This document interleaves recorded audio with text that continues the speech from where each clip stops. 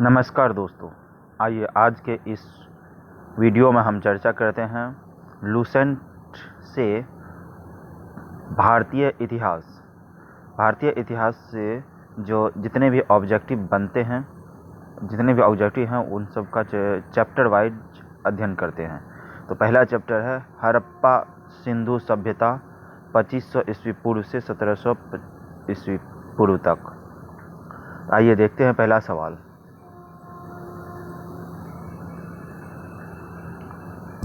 पहला सवाल है हड़प्पा सभ्यता का सर्वाधिक मान्यता प्राप्त काल है। तो हड़प्पा सभ्यता का सर्वाधिक मान्यता प्राप्त काल है 2500 ईस्वी पूर्व से 1750 ईस्वी पूर्व तक। दूसरा सवाल है सिंधु घाटी की सभ्यता निम्नलिखित में से किस सभ्यता के समकालीन नहीं थी? तो यह है क्रीट की सभ्यता। सिंधु घाटी सभ्यता निम्नलिखित में से किस सभ्यता के समकालीन नहीं थी? क्रीट की सभ्यता के समकालीन नहीं थी। अगला है सिंधु घाटी की सभ्यता कहाँ तक विस्तृत थी? तो ये थी पंजाब, राजस्थान, गुजरात, उत्तर प्रदेश, हरियाणा, सिंध और बलूचिस्तान। सिंधु घाटी की सभ्यता कहाँ तक विस्तृत थी? पंजाब, राजस्थान, गुजरात, उत्तर प्रदेश, हरियाणा, सिंध और बलूचिस्तान। तो आंसर हो जाएगा डी। अगला सवाल है सिंधु घाटी की सभ्यता में घोड़े के अवशेष कहाँ मिले हैं? घोड़े के अवशेष कहाँ मिले हैं? तो ये मिला है सुरकोटदा। सिंधु घाटी सभ्यता में घोड़े के अवशेष कहाँ मिले हैं?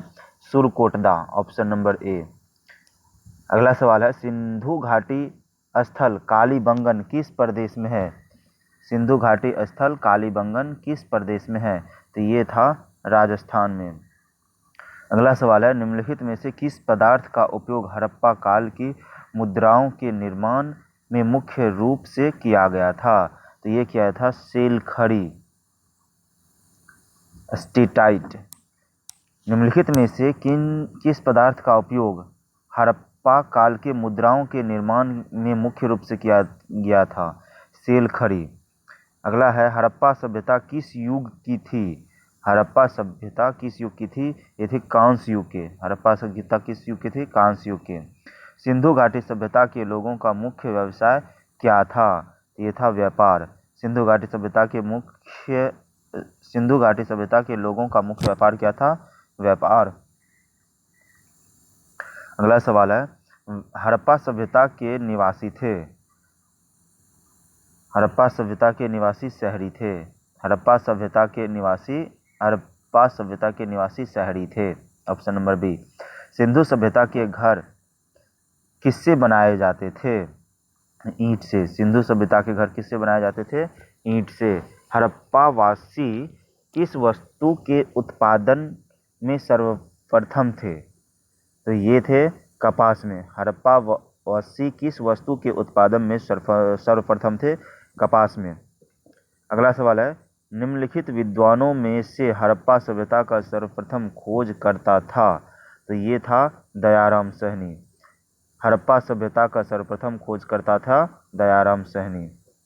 अगला सवाल है सिंधु सभ्यता का पत्तन नगर बंदरगाह कौन सा था? तो ये था लोथल। सिंधु सभ्यता का पत्तन नगर बंदरगाह कौन था? लोथल। अगला सवाल है पैमानों की खोज ने यह सिद्ध कर दिया है कि सिंधु घाटी के लोग माप और तौल से परिचित थे। यह खोज कहाँ पर हुई? यह हुआ था लोथल में। पैमानों की खोज ने यह सिद्ध कर दिया कि सिंधु घाटी के लोग माप और तौल से परिचित थे। यह खोज कहाँ हुई थी? लोथल में। हड़प्पा कालीन समाज किन वर्गों में विभक्त था? तो ये था विद्वान, योद्धा, व्यापारी और श्रमिक। हड़प्पा कालीन समाज किन वर्गों में विभक्त था? विद्वान, योद्धा, व्यापारी और श्रमिक। अगला सवाल है सिंधु सभ्यता का सर्वाधिक उपयुक्त नाम क्या है? तो ये है हड़प्पा सभ्यता। सिंधु सभ्यता का सर्वाधिक उपयुक्त नाम क्या था? हड़प्पा सभ्यता, ऑप्शन नंबर ए। अगला सवाल है सिंधु घाटी सभ्यता के लोगों के संबंध में क्या सत्य है? तो ये है, ये मूर्तियों का निर्माण करते थे, मंदिरों का नहीं। सिंधु घाटी सभ्यता के लोगों के संबंध में क्या सत्य है? ये मूर्तियों का निर्माण करते थे, मंदिरों का नहीं। अगला सवाल है, हड़प्पा सभ्यता की खोज किस वर्ष में हुई थी? तो ये हुआ था 1921 में। हड़प्पा सभ्यता की खोज किस वर्ष में हुई थी? 1921 में। अगला सवाल है, हड़प्पा सभ्यता के बारे में कौन सी उक्ति सही है?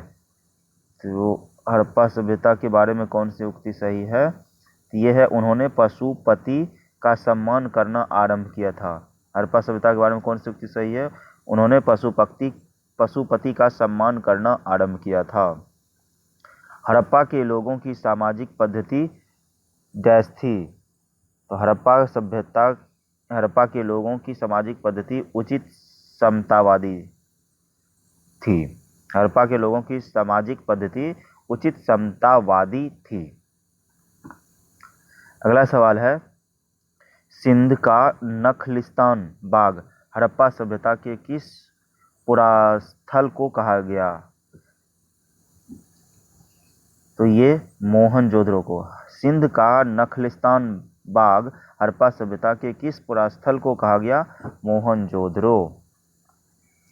अगला सवाल है, हड़प्पा सभ्यता के संपूर्ण क्षेत्र का आकार किस प्रकार का था? तो ये था त्रिभुजाकार। हड़प्पा सभ्यता के संपूर्ण क्षेत्र का आकार किस प्रकार का था?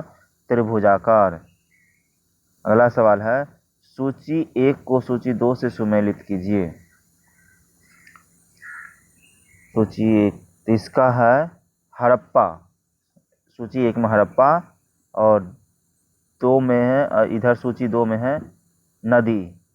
एक में पहले में स्थल, दूसरे में नदी, तो नदी को मिलान करना है। तो पहला है हड़प्पा स्थल में, वहाँ पर कौन सी नदी थी? तो इसमें था रावी नदी। हड़प्पा में रावी नदी। दूसरा है मोहनजोदड़ो, तो मोहनजोदड़ो में था सिंधु नदी। लोथल में था भोगवा और कालीबंगा में घग्गर। यानी कि चारों ऑप्शन सही है। ऑप्शन हो जाएगा ए, आंसर हो जाएगा ए। हड़प्पा में रावी नदी, मोहनजोदड़ो में सिंधु नदी, लोथल में भोगवा नदी और कालीबंगा में घग्गर नदी। अगला सवाल है, हड़प्पा सभ्यता के अंतर्गत हल से जोते गए खेत का साक्ष्य कहाँ से मिलता है? तो ये मिलता है कालीबंगा से। हड़प्पा सभ्यता के अंतर्गत हल से जोते गए खेत का साक्ष्य कहाँ से मिलता है? कालीबंगा से।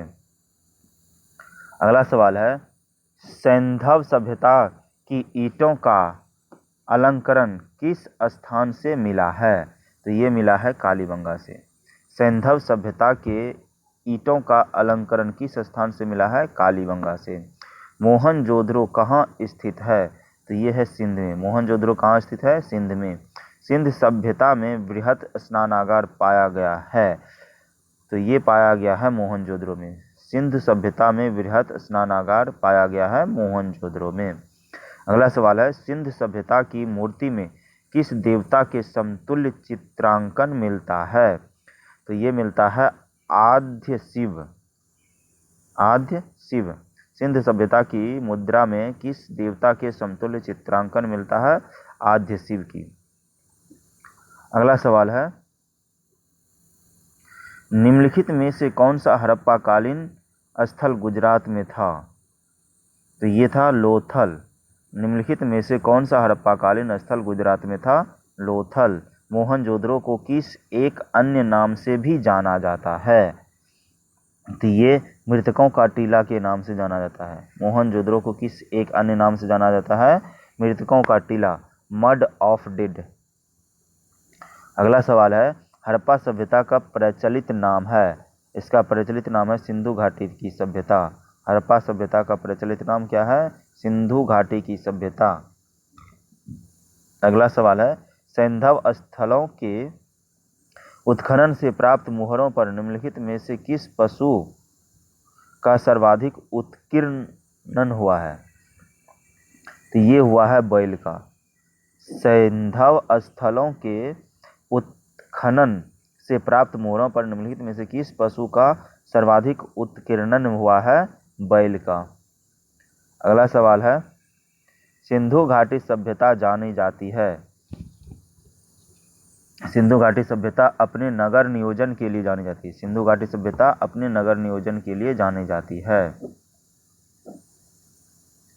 अगला सवाल है, सिंधु सभ्यता का कौन सा स्थान भारत में स्थित है। तो ये है लोथल। सिंधु सभ्यता का कौन सा स्थल भारत में स्थित है, लोथल।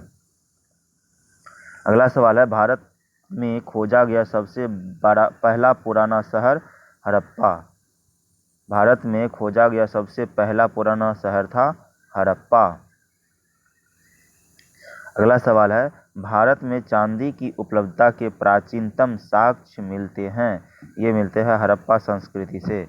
भारत में चांदी की उपलब्धता के प्राचीनतम साक्ष्य मिलते हैं हड़प्पा संस्कृति में। अगला सवाल है, सिंधु सभ्यता के बारे में कौन सा कथन असत्य है। तो लोग लोहे से परिचित थे। सिंधु सभ्यता के बारे में कौन सा कथन असत्य है। तो इसमें लोग लोहे से परिचित थे, ये कथन असत्य है। अगला सवाल है, सूची मिलान करें। ठीक है, तो ये है सूची 1 को सूची 2 के साथ सुमेलित कीजिए। सिंधु सभ्यता की उत्तरी सीमा, सिंधु सभ्यता की उत्तरी सीमा मांडा जम्मू में, ये सही है। सिंधु सभ्यता की दक्षिणी सीमा दैमाबाद महाराष्ट्र, ये सही है। सिंधु सभ्यता की पूर्वी सीमा आलमगीरपुर उत्तर प्रदेश, ये भी सही है। और सिंधु सभ्यता की पश्चिमी सीमा सुतकागेंडर बलूचिस्तान, ये भी सही है। यानी कि इसका आंसर हो जाएगा ऑप्शन नंबर ए। ठीक है, सिंधु सभ्यता की उत्तरी सीमा मांडा जम्मू, सिंधु सभ्यता की दक्षिणी सीमा दैमाबाद महाराष्ट्र, सिंधु सभ्यता की पूर्वी सीमा आलमगीरपुर उत्तर प्रदेश और सिंधु सभ्यता की पश्चिमी सीमा सुतकागेंडर बलूचिस्तान था। तो ऑप्शन नंबर इसका ए सही हो गया। अगला सवाल है, मांडा किस नदी के किनारे स्थित है। तो ये है चेनाब नदी के स्थित। मांडा किस नदी के किनारे स्थित है, तो चेनाब नदी के किनारे। हड़प्पा कालीन स्थल रोपड़ पंजाब किस नदी के किनारे स्थित था। तो ये था सतलज नदी के किनारे। हड़प्पा कालीन स्थल रोपड़ पंजाब किस नदी के किनारे स्थित था, सतलज नदी के किनारे। हड़प्पा में एक उन्नत जल प्रबंधन प्रणाली का पता चला है। ये धोलावीरा में, हड़प्पा में एक उन्नत जल प्रबंधन प्रणाली का पता चलता है धोलावीरा में। अगला सवाल है, हड़प्पा के मिट्टी के बर्तन पर सामान्यतः किस रंग का उपयोग हुआ था। तो ये हुआ था लाल का। हड़प्पा के मिट्टी के बर्तनों पर सामान्यतः किस रंग का उपयोग हुआ था, लाल रंग का। अगला सवाल है, सिंधु सभ्यता निम्नलिखित में से किस युग में पड़ता है। तो ये पड़ता है आद्य ऐतिहासिक काल में, प्रोटो हिस्टोरिकल पीरियड। सिंधु सभ्यता निम्नलिखित में से किस युग में पड़ता है, आद्य ऐतिहासिक काल में, प्रोटो हिस्टोरिकल पीरियड में। अगला सवाल है, सिंधु घाटी सभ्यता की विकसित अवस्था में निम्नलिखित में से किस स्थल से घरों में कुएं के अवशेष मिले हैं। तो ये मिला है मोहनजोदड़ो में। सिंधु घाटी सभ्यता की विकसित अवस्था में निम्नलिखित में से किस स्थल से घरों में कुओं के अवशेष मिले हैं, मोहनजोदड़ो में। अगला सवाल है, सिंधु घाटी सभ्यता की खोज निकालने में जिन 2 भारतीयों का नाम जुड़ा है वे है जॉन मार्शल और ईश्वरी प्रसाद। सिंधु घाटी सभ्यता की खोज निकालने में जिन 2 भारतीयों का नाम जुड़ा है वो है जॉन मार्शल और ईश्वरी प्रसाद। अगला सवाल है, रंगपुर जहां हड़प्पा की समकालीन सभ्यता थी वो थी सौराष्ट्र में।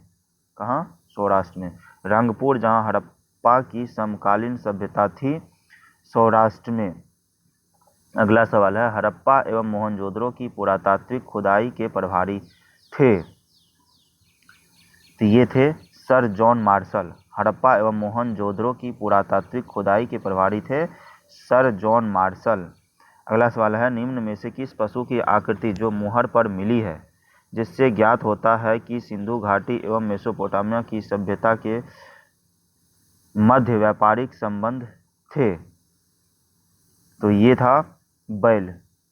निम्न में से किस पशु की आकृति जो मुहर पर मिली जिससे ज्ञात होता है कि सिंधु घाटी और एवं मेसोपोटामिया की सभ्यताओं के मध्य व्यापारिक संबंध थे? बैल।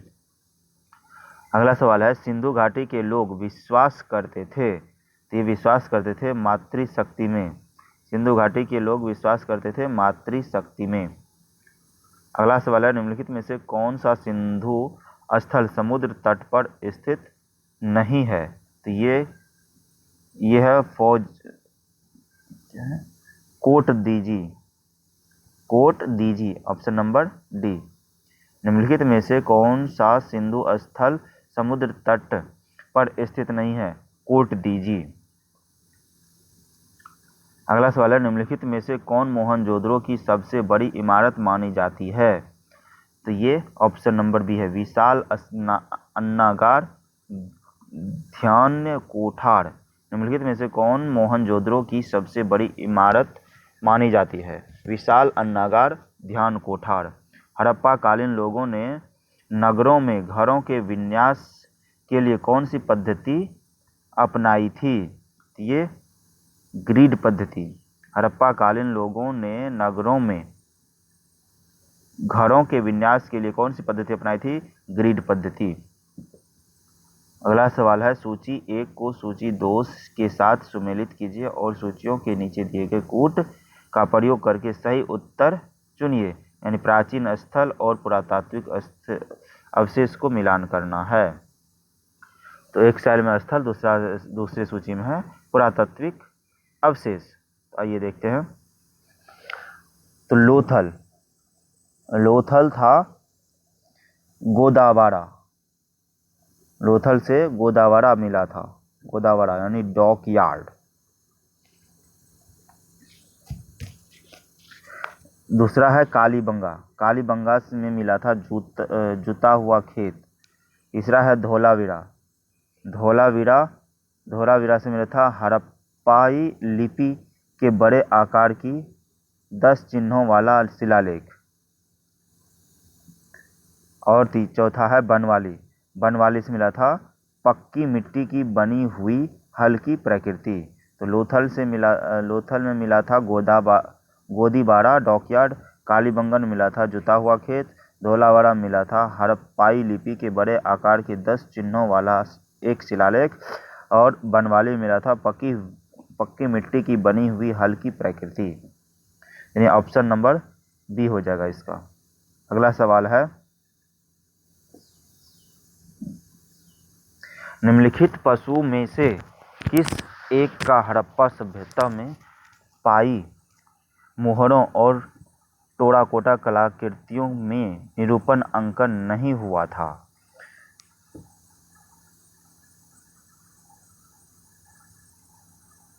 तो ये हुआ था गाय का। निम्नलिखित पशुओं में से किस एक हड़प्पा सभ्यता में पाई मोहरों और टेराकोटा कलाकृतियों में निरूपण का अंकन नहीं हुआ था? यानी गाय का नहीं हुआ था। हड़प्पा वासी किस धातु से परिचित नहीं थे? हड़प्पा वासी जो है वो लोहा से परिचित नहीं थे। हड़प्पा वासी किस धातु से परिचित नहीं थे? लोहा से। निम्नलिखित में से किस हड़प्पा कालीन स्थल से युगल सावधान का साक्ष्य मिलता है? तो ये मिलता है लोथल। निम्नलिखित में से किस हड़प्पा कालीन स्थल से युगल सावधान का साक्ष्य मिलता है? लोथल में। अगला सवाल है, कपास का उत्पादन सर्वप्रथम सिंधु क्षेत्र में हुआ जिसे ग्रीक या यूनान के लोग किस नाम से पुकारा? तो ये पुकारा था सिंडन। कपास का उत्पादन सर्वप्रथम सिंधु क्षेत्र में हुआ जिसे ग्रीक या यूनान के लोग किस नाम से पुकारा? सिंडन से। अगला सवाल है, हड़प्पा कालीन मोहरें अधिकांशतः बनी है। तो ये बनी है सेलखड़ी स्टेटाइट से। हड़प्पा कालीन मोहरें अधिकांशतः बनी है सेलखड़ी से। अगला सवाल है, हड़प्पा वासी किन धातुओं का आयात करते थे?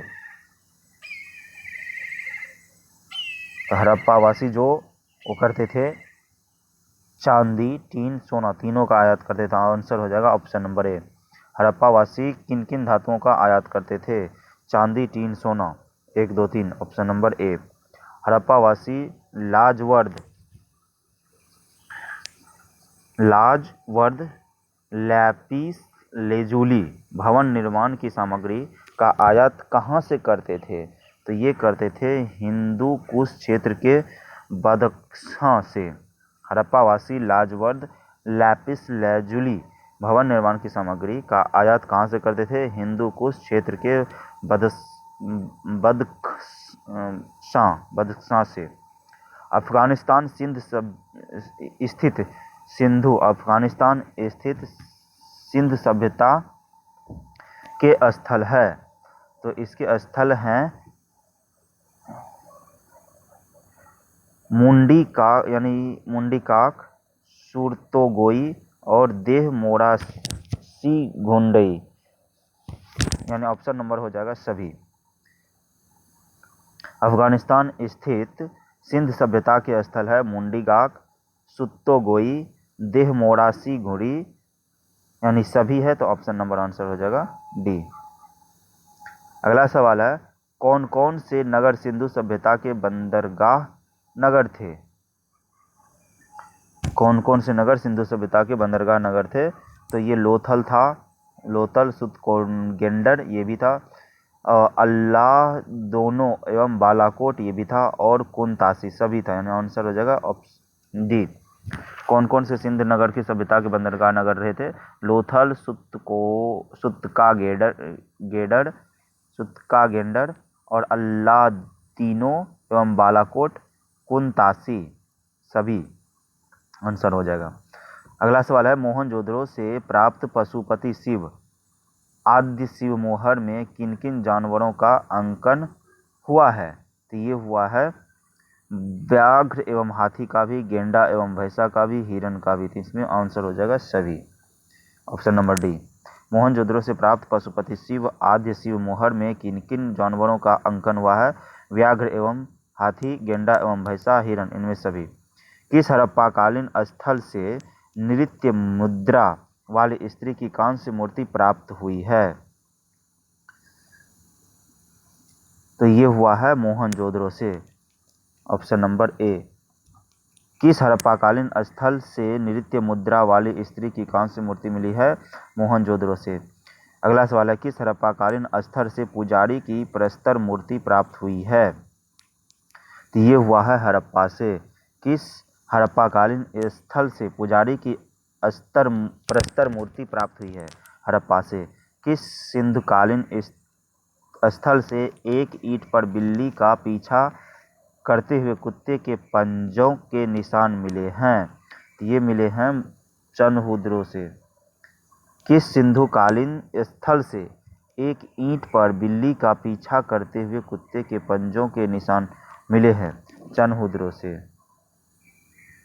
अगला सवाल है किस हड़प्पाकालीन स्थल से प्राप्त जार पर चोंच में मछली दबाए चिड़िया एवं पेड़ के नीचे खड़ी लोमड़ी का चित्रांकन मिलता है जो पंचतंत्र के लोमड़ी की कहानी के सादृश्य है?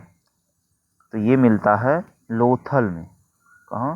लोथल। किस हड़प्पाकालीन स्थल से लोथल से प्राप्त जार पर चोंच में मछली दबाए चिड़िया एवं पेड़ के नीचे खड़ी लोमड़ी का चित्रांकन मिलता है जो पंचतंत्र के लोमड़ी की कहानी के सादृश्य है? लोथल से।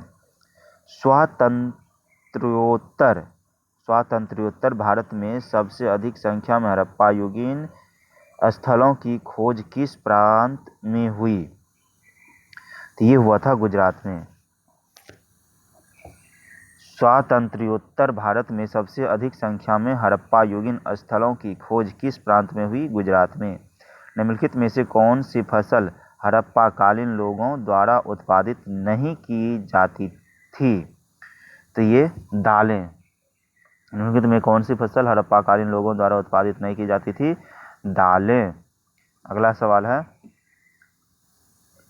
कथन ए हड़प्पा तथा मोहनजोदड़ो अब विलुप्त हो गए हैं? कारण वे उत्खनन के दौरान प्रकट हुए थे।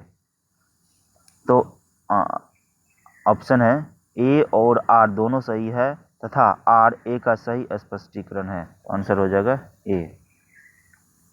हड़प्पा तथा मोहनजोदड़ो अब विलुप्त हो गए हैं, ये सही है। वे उत्खनन के दौरान प्रकट हुए थे, ये भी सही है। तो आंसर हो जाएगा ए और आर दोनों सही है तथा आर ए का स्पष्टीकरण करता है। अगला सवाल है, सिंधु घाटी सभ्यता के संदर्भ में निम्नलिखित कथनों पर विचार कीजिए। एक प्रमुखतः लौकिक सभ्यता थी तथा उसमें धार्मिक तत्व यद्यपि उपस्थित था, वर्चस्वशाली नहीं था। और दो है, उस काल में भारत में कपास से वस्त्र बनाए जाते थे। तो ये एक दूसरे कहता है उपर्युक्त में से कौन सा कथन सही है? ये दोनों सही है, तो आंसर हो जाएगा सी। कह रहा है यह प्रमुखतः लौकिक सभ्यता थी तथा उसमें धार्मिक तत्व यद्यपि उपस्थित था, वर्चस्वशाली नहीं था। और दो है, उस काल में भारत में कपास से वस्त्र बनाए जाते थे, यानी दोनों सही, तो आंसर हो जाएगा ऑप्शन नंबर सी। अगला सवाल है, सूची 1 को सूची 2 से सुमेलित कीजिए तथा सूचियों के नीचे दिए गए कूट से सही उत्तर का चयन कीजिए। तो पहले है हड़प्पा स्थल, दूसरा में है उसकी स्थिति। तो पहला है मांडा, तो मांडा का हो जाएगा, मांडा कहाँ था? जम्मू कश्मीर में। दूसरा है दयामाबाद, दयामाबाद था राजस्थान में। एक सेकंड, सॉरी,